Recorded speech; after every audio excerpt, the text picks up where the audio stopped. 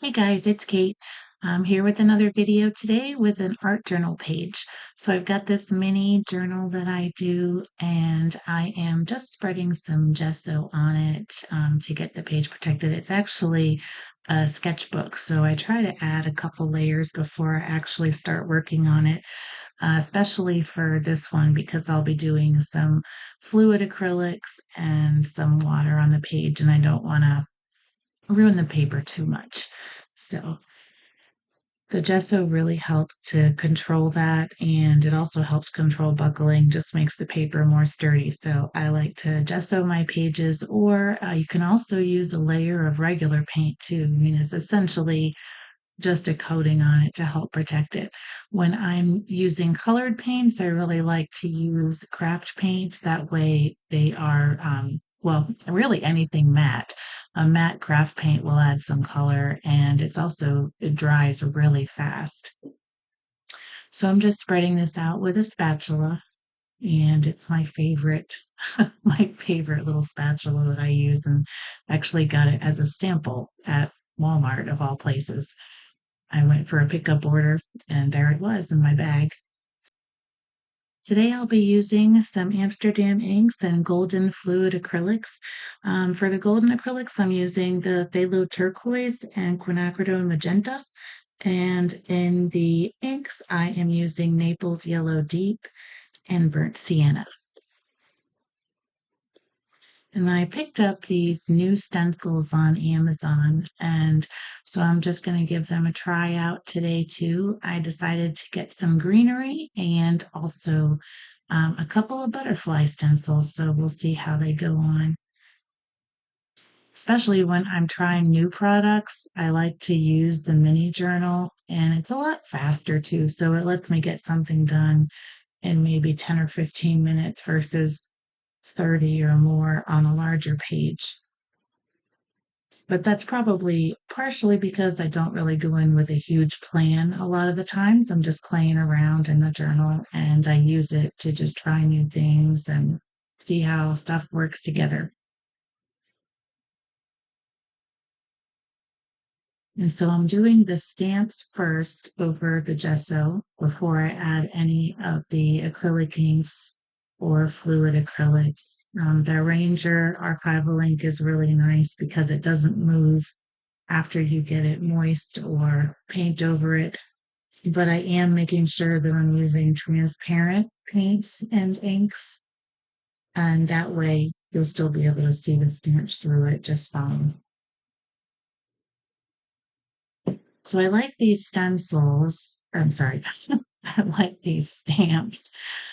They're a little bit smaller than I expected when I got them. So that's something to kind of keep in mind sometimes. Look at your measurements. I just saw that I liked the pictures, so I didn't pay too much attention to the size of the actual stamp, but they are pretty.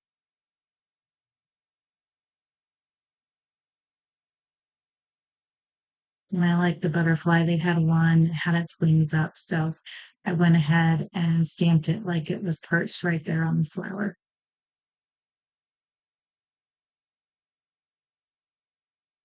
On these Amsterdam inks, I actually got them on sale. They had, I think, probably been sitting on the shelf for a while. So I got some beads and put them in the bottles to help mix up the ink. So if you have any ink that's not really wanting to mix, try adding some beads to it and it help.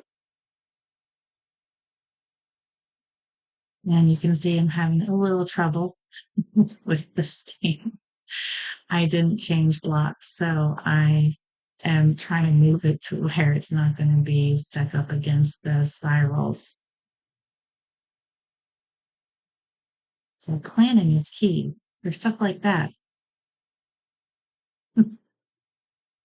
I think these are the last two elements I'm going to put in. Just a couple of those little branches at the top to frame it a little bit.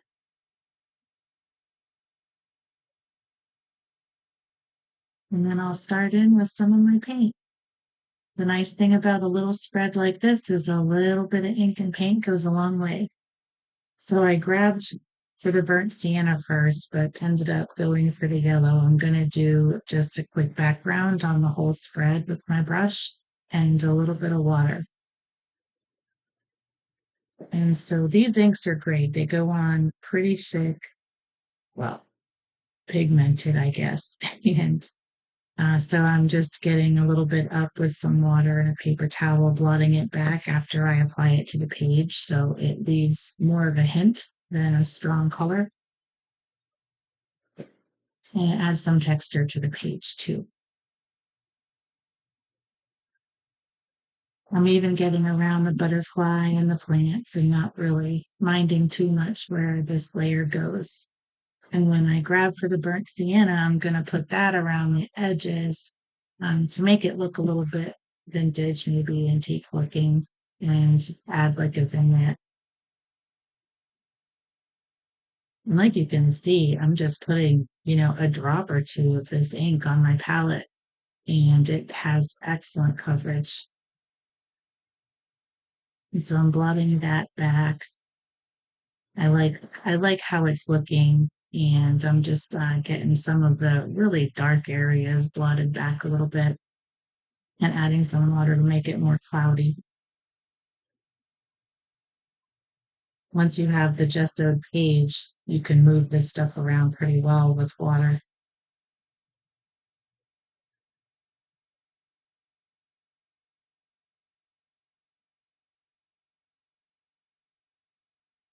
And next up, we get some real color. So I'm going to grab the magenta first. I really want to get into those flowers over on the left. And again, golden fluid acrylics are wonderful. They go a long way.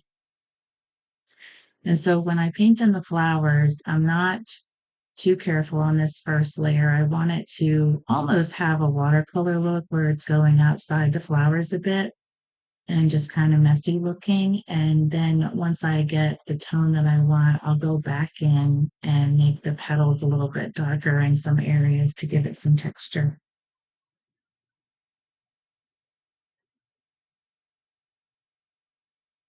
And I do the same thing with most of the things on these pages today.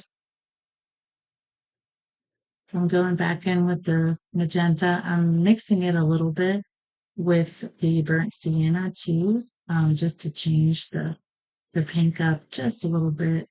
And you can barely tell, but I just want to make sure that I have a little bit of variety on my page and I've got some left over on the palette. So I'm just using it up.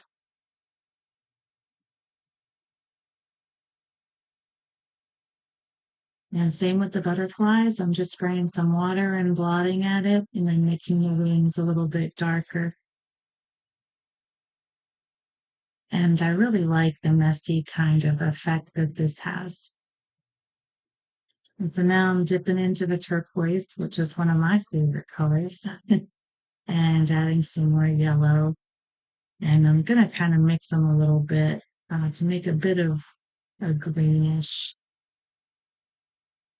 a little bit more green. And I like how they mix together. So when you do art journaling, what is one of your favorite techniques? And I swear, this is a brand new channel and I've got like a handful of videos up. So kind of it seems sometimes like I'm just sort of talking out there into the abyss. But someday some people are going to watch this and I hope to hear from them. Hopefully once I start turning up in search. And then I can look back and say, oh man, these videos I made back when I first started the YouTube channel, oh, they were really terrible. Look how much I've improved. So that's what I hope to say one day. I'm learning my way around video and audio and everything, and it's been a journey. Now, I did record some where I'm talking live as I do it, and honestly, I think it turned out a lot better than this, but hopefully, if you're watching this, you'll stick around for a while and let me know your thoughts.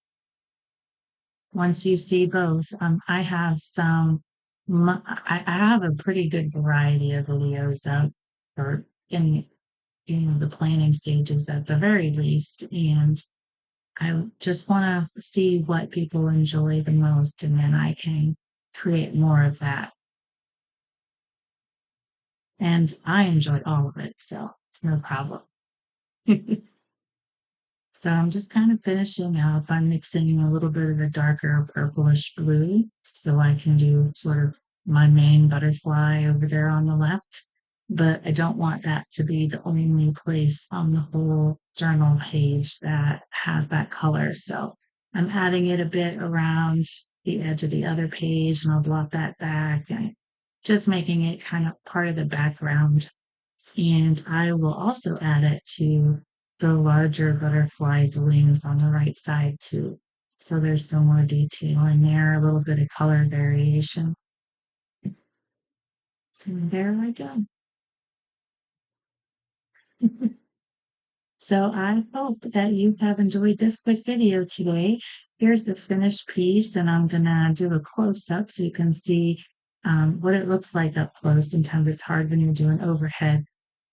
But until next time, keep creating.